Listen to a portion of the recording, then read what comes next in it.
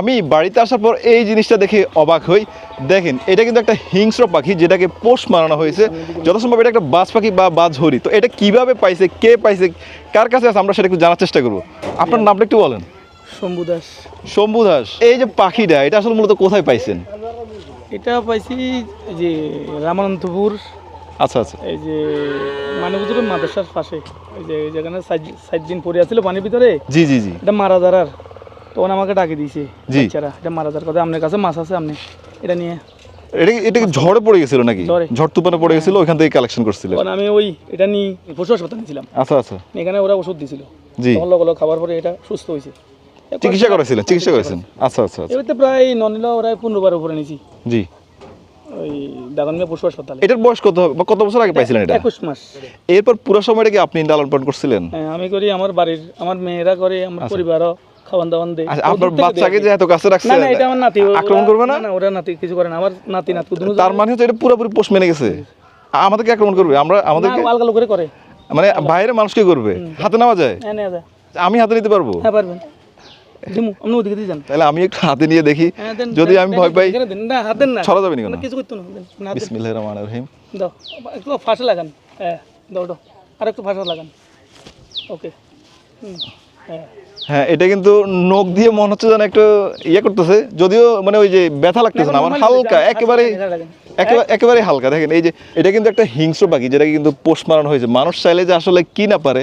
দেখেন এই যে পাখিটা বর্তমানে কিন্তু আমাকে কোনো আক্রমণ করতেছে না। এখানে আশেপাশে বাচ্চা আছে, আশেপাশে অনেক মানুষ আছে, কাউকে কিন্তু কোনো আক্রমণ করতেছে না, খুবই শান্তভাবে কিন্তু আছে। আচ্ছা, এটা কি কি খায় মূলত? এটা মাছ আর মুরগি খায়। মাছ মুরগি। আচ্ছা, আমি রাখতে চাচ্ছি এটাকে। হ্যাঁ এটা রাখেন, আপনি হাঁস করা নাস্তার পরে। এখানে কিন্তু ছিঁড়া যায় না, জাস্ট আপনি জাস্ট একটু ইয়ে হয়েছে আর কি। আমার কিন্তু ব্যথা লাগে না তেমন। কেবল হাতের একটা বেড আছে না, এটা ভাই জি। না, মুকুটটা ভাই না। তো এইটা নেওয়ার জন্য কি কেউ আসছিল?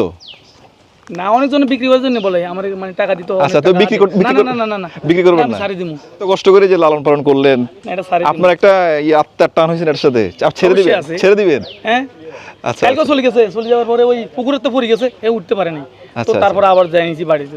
বন্য পানি যারা বন বিভাগের জি জি ছিল, জি। আচ্ছা আচ্ছা আচ্ছা। ঢাকা থেকে একজন ফোন করছে জি সে পাখিটা, তখন আমি বিস্তারিত বললাম আর কি। বলার পরে কথা ঠিক আছে, সমস্যা নেই। 14-15 দিন আগে চট্টগ্রাম থেকে একটা গ্রুপ আছে 3 জনেরা। আচ্ছা আচ্ছা। আসার পরে আমাদের জিজ্ঞাসা করে এমনি এমনি। তো এরা চাষাবাসার করার পরে দেখে দেন আমি অনেকদিন পাইছি, কথা হচ্ছে ঠিক আছে। আচ্ছা, আমি একটা কথা জানতে চাচ্ছি যে হিংস্র পাখি বা পশু পোষ মারানো তো অনেক কষ্ট, এটা কিভাবে করলেন? এটা শুনেন, এটা হলো নিজের কাছে সবকিছু। জি। প্রথম আসলে প্রথম কি করছিলেন? হিংস্রটা বললাম আমরা মানুষেরা, আসলে পাখি তাকে হিংস্র না। আচ্ছা আচ্ছা, মানে আদর ভালোবাসায় সবই সম্ভব। হ্যাঁ সব সময় হলো তাদের একটা আদর দিতে হবে। আপনি যেমন আমি কিছু করছি আপনাদের, না না কিছু করেন আপনি ওইটাই মনে করেন। সবকিছুর একটা নরমালি ভালো থাকা দরকার।